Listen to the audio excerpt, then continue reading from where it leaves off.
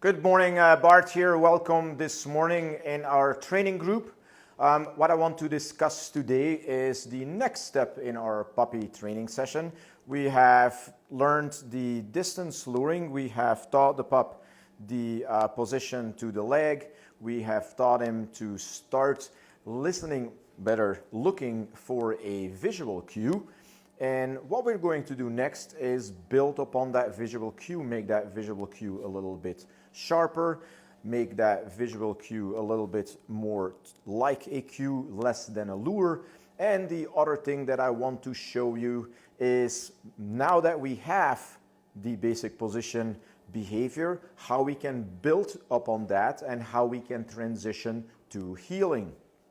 So what I'm going to demonstrate with a pup this morning is recap what we have, build a little bit engagement for 15-20 seconds, go into basic position, and then emphasize that the pup needs to follow my left leg. So we're going to confirm the criteria that we have set for basic position by showing him different positions of the left leg, and that the criteria is always the same. Your right shoulder needs to be with my left leg.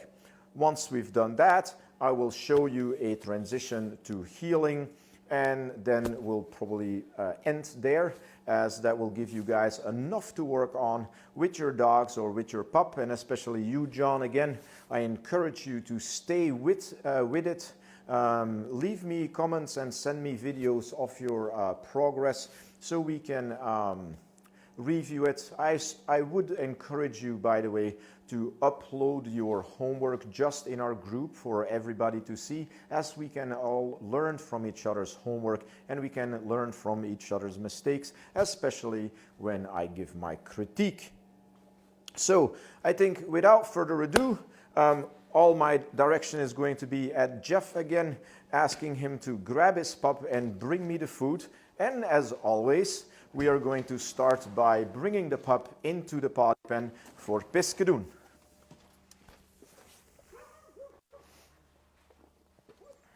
And it's a chilly morning this morning. It was about 29 degrees this morning when I took out the dogs. There was actually ice in my water buckets. So Washington for sure is getting colder. But now it's foggy. It's about 44 degrees right now. We have a little watery sun that is getting through. But all the dogs don't seem to matter.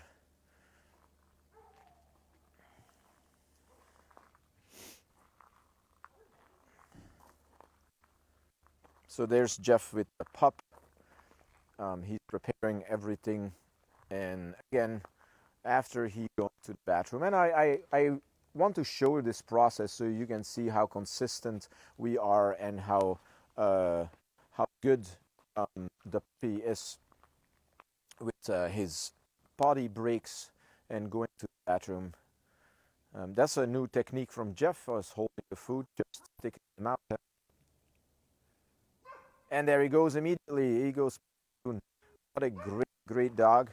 And again, he gets a lot of love and a lot of recognition that he went to the bathroom, and now we'll take him inside. And there's that little cute one.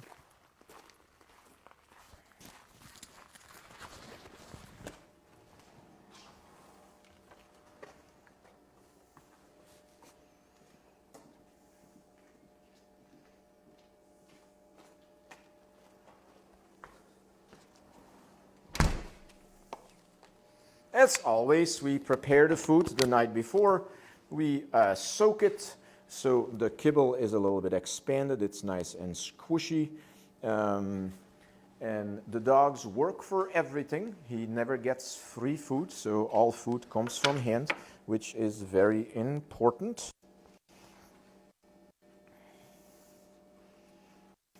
I am going to load the food into my training vest here. And I am dropping food already.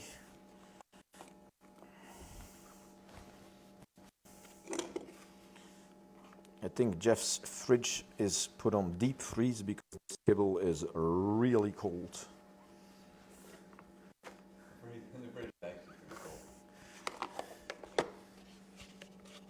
And again, I'm taking my little napkin to put in my pocket so I can dry my hands. If my hands get too wet from his slobber. And we're going to put the puppy on the ground. And the first thing that we're going to do is, again, reward for engagement. And we're going to make it fun. Of course, he sees the cameraman there, as always. And we're going to build some engagement. And he's pushing into my hand, as you can see. Is really good. Really good puppy. And so there we go. Let's see what we got. And there's my visual cue. I am showing him that he needs to be on my left side. And I'm going to transition to my visual cue and show him that the left side matters. The jumping I ignore for now. I am just focusing that he needs to be on my left leg. And is just distracted by the camera a little bit. We're going to do that again. When the dog doesn't meet the criteria, he doesn't get fed. And I dropped some food here, so I'm going to reset.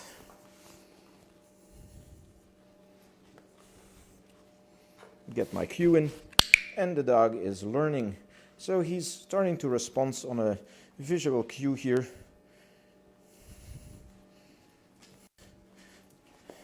And I'm going to try to get that jumping away just a little bit. I'm going to transition to heeling. There you go. Very nicely done there, Makker. Kom ze vent. And again, he's just excited to see the camera. We're going to throw back here. Up. And there's the visual cue. And we can maybe transition to heeling just a little bit. There you go. What a beautiful little guy, huh? Up. And now we're getting somewhere. I am not going to reward him for jumping anymore. I am going to try to get that off a little bit or reduce a little bit. Let me lure here. I'm going to get him excited for my hand. And get the cue. And there he is. Maybe a little corner. Yeah, and he's learning that the left leg actually matters. Really good. And again, the garage here is always full of new smells as we train multiple dogs in here. So we're not setting this puppy up for incredible success because there's so much things to do. And he really likes the camera. And there's the heeling, guys. Very beautiful.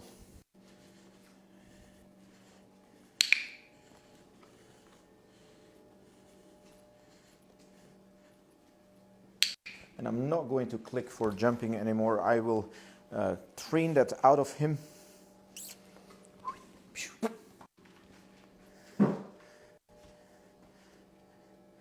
And again, here the thing is he's a little bit distracted, but that's fine. As soon as he pays attention to me, I am going to make it super fun. I do have food in that jacket, so that jacket might be very distracted or distracting for him. So I'm just going to get him here, make it super fun.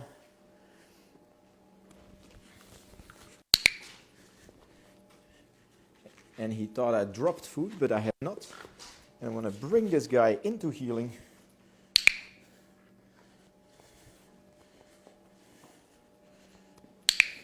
There we go. And we're doing like all the fun stuff with a 10.5-week-old puppy. That looks better than most adults. There we go, one more time. And as you can see, in about 2.5 weeks, we went from engagement to a dog that understands the basics of heeling.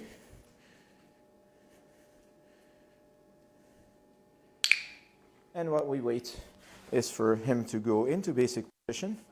So maybe another little thing that we can do is see if we can shape a down. So I'm going to keep him in my hand here. And by just pressing down, there you go, the puppy is able to go in and down.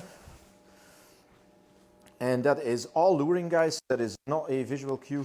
So I'm just trying to get him to do something else, to shape some other behavior. He is very distracted right now by everything. The session is very long, but it's for demonstration purposes only. And there is my down, there is my stand. There is a walking backwards. There is a down, there is a stand. And I'll do a separate video in how we lure for those stands.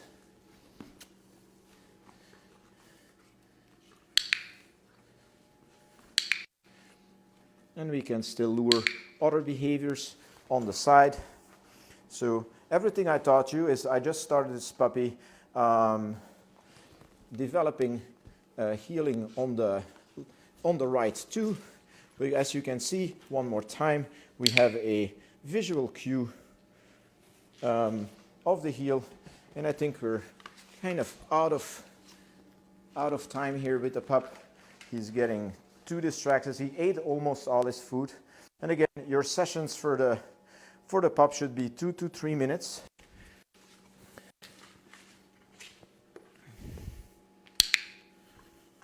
Oh, and I dropped food right at a bad moment here. And there we go. If he jumps, he doesn't get anything. And I am going to finish right here. So we're going to give the pup back to Jeff. There you go. And we know the routine. He's going to go cock-skadoon right now. And then after he goes to the bathroom, he will go back in his crate.